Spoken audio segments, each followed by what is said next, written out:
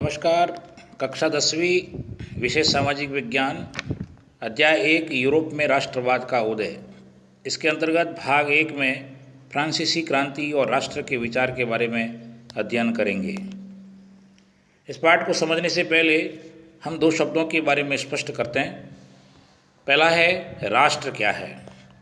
राष्ट्र का मतलब राष्ट्र ऐसे लोगों का समूह है जो जाति, धर्म, भाषा, रीति रिवाज, इतिहास आदि के साझा कारणों से आपस में जुड़े हुए हैं, जिनका साझा सभ्याचार है, जिनके अंदर मनोवैज्ञानिक सद्भाव की भावना विकसित हुई है, जिनके पास अपनी निश्चित मातृभूमि है, जो राजनीतिक रूप से स्वतंत्र है या जो स्वतंत्र होने के लिए उत्सुक है, अर्थात भूभाग का वह क्षेत्र जहाँ पर लोग रहते हैं अलग प्रकार की जाति, धर्म, भाषा, रीति रिवाज के, और सब लोग मिलजुल करके अपना काम करते हैं, और जो जिस भूमि के ऊपर वो रहते हैं वो अपनी उसको मातृभूमि मानते हैं, उसको हम राष्ट्र कहते हैं।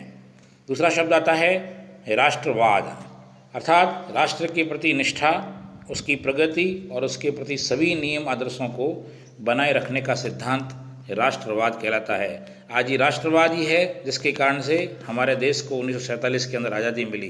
राष्ट्रवाद की भावना के कारण से ही लोगों का देश के प्रति जुड़ाव होता है, उसके प्रति निष्ठा होती है, इसके लिए वह अपने प्राणों को भी न्यौछावर करने से पीछे नहीं हटते हैं। यही राष्ट्रवाद है जो यूरोप के अंदर भी पैदा हुआ। आइए हम आगे इस पाठ को बढ़ाते हैं। यूरोप में राष्ट्रवाद का उदय, इसको हम विस्तार से पढ़ने से पहले एक हम चित्र की तरफ अपनी दृष्टि डालते हैं। यह चित्र जो आपको दिखाई दे रहा है, यह चित्र फ्रेडरिक सारियू नाम के एक व्यक्ति ने, चित्रकार ने 1848 में बनाने का काम किया था। उन्होंने 4 चित्रों की एक श्रृंखला बनाई थी। उस 4 चित्रों की श्रृंखला के अंदर ये पहला चित्र जो है ये आपके सामने है। इस चित्र के अंदर हम देखते हैं कि इसमें यूरोप और अमेरिका के लोग दिखाए हुए हैं। ये जितने प्रकार के लोग आप देख रहे हैं यहाँ पर, ये यूरोप और अमेरिका के लोग हैं सारे। इनका सारा झुंड आपके सामने दृश्य जो दिख रहे हैं उसके अंतर्गत हमको ध्यान में आ रहा है। इसमें सभी उम्र और सामाजिक वर्ग के स्त्री पुरुष एक लंबी कतार में स्वतंत्रता की प्रतिमा की वंदना करते हुए नजर आ रहे हैं। ये स्वतंत्रता की प्रतिमा आपके सामने मैं गोला कर रहा हूँ, यह उसके सामने खड़े होकर के एक स्वतंत्रता की प्रतिमा के सामने वंदना कर रहे हैं। हम सब लोगों को याद होगा कि फ्रांस की क्रांति, जिसको हमने कक्षा 9वीं में पढ़ा है, उसमें स्वतंत्रता के रूप में एक महिला को एक प्रकार से आदर्श माना गया है। इस महिला के चित्र के अंदर देख सकते हैं कि एक हाथ में उनके मशाल है। ये जो मशाल है वह ज्ञानोदय की प्रकार से पहचान करवाती है, और दूसरे हाथ में उन प्रकार से एक प्रकार से पुस्तक है जो मनुष्य के अधिकारों का एक प्रकार से घोषणा पत्र है, यानी मनुष्य की पर्सनल राइट्स है। प्रतिमा के सामने ही ठीक नीचे की तरफ जहाँ पे हम लोग देखते हैं तो ये नज़र आता है, यहाँ पे गोल में घेरा करता हूँ, वहाँ पर ये सभी निरंकुश संस्थानों के ध्वस्त अवशेष है। निरंकुश जितने प्रकार के राजा थे उन सब लोगों के अवशेष यहाँ नज़र आ रहे हैं। अर्थात उस यूरोपीय काल के अंदर इतने प्रकार के निरंकुश राजा हुए जिन्होंने मनमाने ढंग से काम किया। निरंकुश राजतंत्र के अंदर की बात बताते हैं तो हमको ध्यान में होगा कि पिछले अध्याय में पढ़ा है लुई 16वां के बारे में, जिसके कारण से जनता बहुत त्रस्त थी। निरंकुश का मतलब क्या होता है ये भी स्पष्ट कर देता हूँ कि ऐसा शासन जिसकी सत्ता पर किसी प्रकार का कोई अंकुश नहीं होता, उसको हम कहते हैं निरंकुश। तो इस प्रकार के शासन को चलाने वाले उस समय प्राचीन समय में थे। सारियू ने इस चित्र के माध्यम से दुनिया के लोगों को एक प्रकार से बताने का प्रयास किया कि राष्ट्रों के समूह में सभी प्रकार के लोग बटे हुए हैं, जिनकी पहचान जो है इन लोगों की उनके कपड़ों और उनकी राष्ट्रीय पोशाक से होती है। स्वतंत्रता की मूर्ति से कहीं आगे इस जुलूस का नेतृत्व कर रहे हैं संयुक्त राज्य अमेरिका, स्विट्जरलैंड, यानी ये आगे का जो भाग है यहाँ पर संयुक्त राज्य अमेरिका, स्विट्जरलैंड के लोग हैं, उसको जुलूस का नेतृत्व कर रहे हैं, जो तब तक राष्ट्र राज्य बन चुके थे। फ्रांस जो क्रांतिकारी तिरंगे से पहचाना जाता है, प्रतिमा के पास में अभी अभी पहुंचा है, यानी कि प्रतिमा के पास में जो नज़र आ रहे हैं ये सब लोग, ये भी फ्रांस के लोग हैं, ये सभी अभी पहुंचा है। उसके पीछे जर्मनी के लोग हैं, पीछे के भाग की तरफ देखें जर्मनी के लोग हैं जो काला, लाल और सुनहरा झंडा थामे हुए हैं। ये जो आपको ध्वज सामने नज़र आ रहा है, मैं आपको एक बार गोला करके बता रहा हूँ, ये जो ध्वज है ये काला, लाल और सुनहरा ध्वज है, ये जर्मनी के लोग सारा थामे हुए हैं। ये दिलचस्प है कि जिस समय सारियू ने ये छवि निर्मित की, जर्मन लोग तब तक एक संयुक्त राष्ट्र का हिस्सा नहीं बने थे। जो झंडा वे थामे हुए थे वो 1848 की उदारवादी उम्मीदों की अभिव्यक्ति है, जिनमें अनेक जर्मन भाषी रियासतों को एक प्रजातांत्रिक संविधान के अंतर्गत एक राष्ट्र राज्य में गठित करने की चाह थी। जर्मन लोगों के बाद ऑस्ट्रिया, दो सिसिलियों की राजशाही, Lombardy, Poland, England, Ireland, Hungary और रूस के लोग हैं। यानी सब प्रकार से लोगों की भीड़ जो अलग अलग प्रकार से राष्ट्र राज्यों की है वो पीछे लगी हुई है। ऊपर स्वर्ग की तरफ देखते हैं हम लोग, ऊपर के भाग में तरफ, ये ऊपर वाला भाग है स्वर्ग जिसको बोलते हैं। इसमें ईसा मसीह, संत, फरिश्ते इस दृश्य पर नज़रें जमाए हुए हैं। चित्रकार ने इस चित्र के माध्यम से उनका इस्तेमाल दुनिया के राष्ट्रों के बीच भाईचारे के रूप में प्रतीक करने का काम किया है कि सभी लोग मिलकर के किस प्रकार से एक यूरोपीय राष्ट्र की कल्पना कर रहे हैं। ये चित्र फ्रेडरिक सारेव ने बताने का काम किया है। फ्रांसीसी क्रांति और राष्ट्र का विचार, भाग 1 में हम शुरुआत करते हैं। राष्ट्रवाद की पहली स्पष्ट अभिव्यक्ति 1789 में फ्रांसीसी क्रांति के साथ में हुई। ये हम पूर्व में कक्षा 9वीं में पढ़ चुके हैं। 1789 में फ्रांस की क्रांति हुई। 1789 में फ्रांस एक ऐसा राज्य था जिसके संपूर्ण भूभाग पर एक निरंकुश राजा का आधिपत्य था। लुई सोलवा जिसके बारे में मैंने बताया, वहाँ पर निरंकुश राजा का आधिपत्य था। जनता बहुत त्रस्त थी उससे। फ्रांसीसी क्रांति से जो राजनीतिक और संवैधानिक बदलाव हुए, उनसे संप्रभुता राजतंत्र से निकलकर फ्रांसीसी नागरिकों के समूह में हस्तांतरित हो गई। अर्थात जितने प्रकार के राजतंत्र थे उससे हटकर के सब लोगों के हाथों में वो सत्ता हस्तांतरित हो गई, अर्थात परिवर्तित हो गई। जनता ने विद्रोह प्रारंभ कर दिया और लुई सोलवा को एक प्रकार से हटाना पड़ा। क्रांति जो थी, फ्रांस की क्रांति, उसके अंदर घोषणा की कि अब लोगों द्वारा राष्ट्र का गठन होगा और वही उसकी नियति तय करेंगे। फ्रांस से प्रारंभ से भी फ्रांसीसी क्रांतिकारियों ने ऐसे अनेक कदम उठाए जैसे फ्रांसीसी लोगों में एक सामूहिक पहचान की भावना पैदा हो सकती है। पितृभूमि, नागरिक जैसे विचार एक संयुक्त समुदाय के विचार पर बल दिया, जैसे एक संविधान के अंतर्गत समान अधिकार प्राप्त थे। अतः एक नया फ्रांसीसी झंडा तिरंगा चुना गया, जिसने पहले के राजध्वज की जगह ले ली। ईस्ट जनरल का चुनाव सक्रिय नागरिकों के समूह द्वारा किया जाने लगा और उसका बदल करके नाम हो गया नेशनल असेंबली।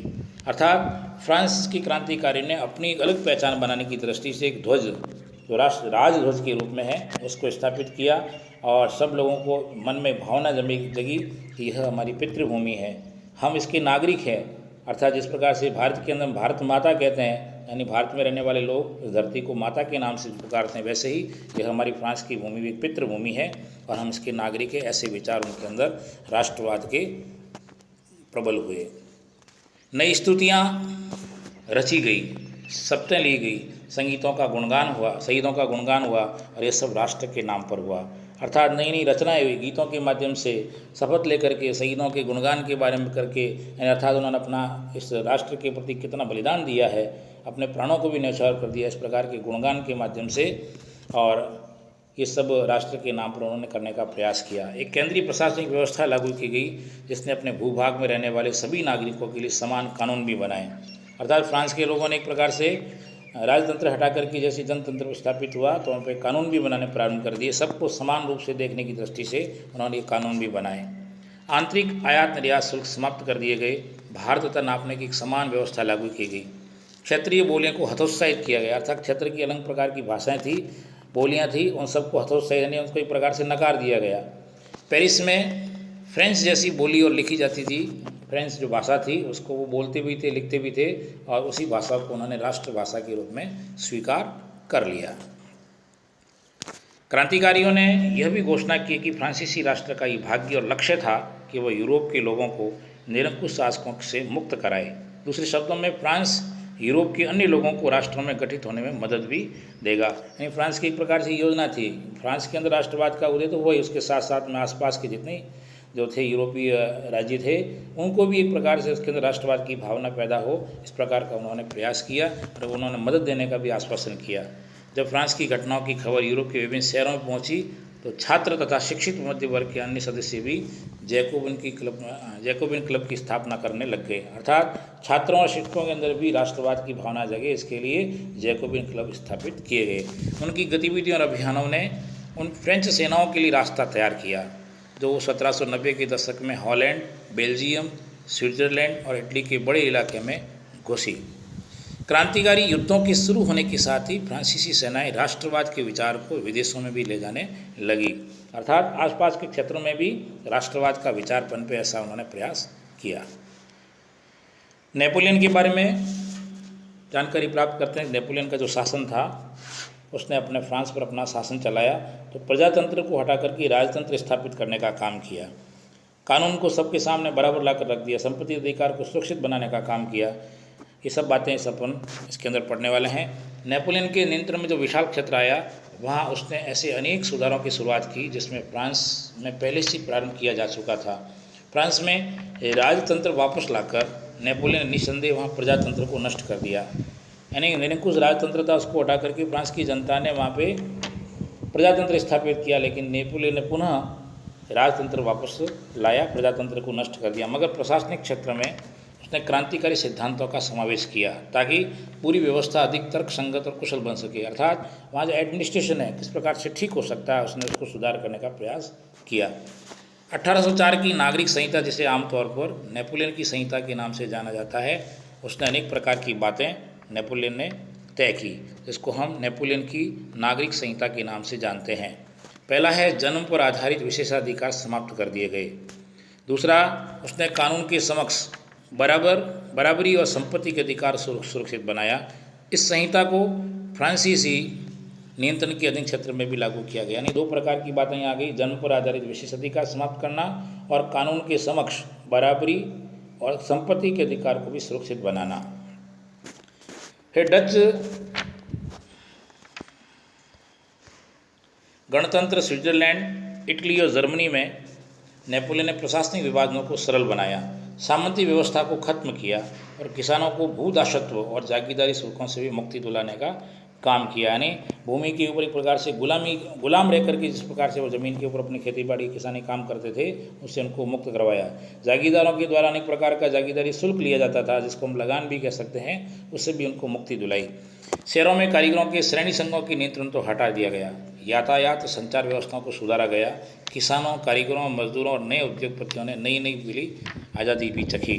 उद्योगपतियों और ख़ास तौर पर सामान बनाने वाले लघु उत्पादक ये समझने लगे कि एक समान कानून, मानक, भार तथा माप तथा एक राष्ट्रीय मुद्रा से एक इलाके से दूसरे इलाके में वस्तुओं और पूंजी के आवागमन में भी सहूलियत होगी, अर्थात उसने सब प्रकार से सबके लिए समान कानून बनाते हुए, चाहे व्यापारिक दृष्टि से हो, चाहे किसानों के लिए हो, चाहे कारीगरों के लिए, मजदूरों के लिए, सब प्रकार से उनको स्वतंत्रता का आभास कराने का काम नेपोलियन ने किया। लेकिन जीते हुए कुछ इलाकों में स्थानीय लोगों की फ्रांसीसी शासन के प्रति मिलीजुली प्रतिक्रिया थी। कुछ लोग इसको अच्छा मान रहे थे, कुछ लोग इसको खराब भी मान रहे थे। शुरुआत में अनेक स्थानों जैसे हॉलैंड, स्विट्जरलैंड और साथ ही कई शहरों जैसे ब्रसेल्स, मेंज, मिलान और वार्सा में फ्रांसीसी सेनाओं का स्वतंत्रता का तोहफा देने वालों की तरह स्वागत किया गया, मगर ये शुरुआती उत्साह शीघ्र ही दुश्मनी में बदल गया। जब ये साफ होने लगा कि नई प्रशासनिक व्यवस्थाएं राजनीतिक स्वतंत्रता के अनुरूप नहीं थी, अर्थात केवल फ्रांस के लिए नहीं थी, वो तो और भी अपने साम्राज्य का विस्तार करने की दृष्टि से थी, तो वो लोग नाराज़ हो गए। बढ़े हुए कर, सेंसरशिप और बाकी यूरोप को जीतने के लिए फ्रेंच सेना में जबरदस्त भर्ती से हो रहे नुकसान प्रशासनिक परिवर्तनों से मिले फायदों से कहीं ज़्यादा नजर आने लगे, अर्थात बाकी यूरोप को भी जीतने के प्रयास के लिए बाकी यूरोप के अंदर जितने भी प्रकार के थे उन सब लोगों को के अंदर उनको अपने अंडर करने की दृष्टि से फ्रेंच सेना में जबरन भर्ती करवाया गया। लोगों को ज़बरदस्ती भर्ती करवा करके उसके अंदर काम किया, तो जनता के अंदर एक प्रकार से आक्रोश या नाराज़गी उत्पन्न हो गई।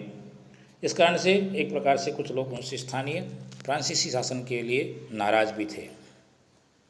तो मैंने इस संक्षिप्त में फ्रांसीसी क्रांति राष्ट्र के विचार के बारे में आपको इस भाग के अंदर पढ़ाया है। इसके कुछ प्रश्न हैं, जिन प्रश्नों को आप लोग अपनी उत्तर पुस्तिका के अंदर करें। नमस्कार।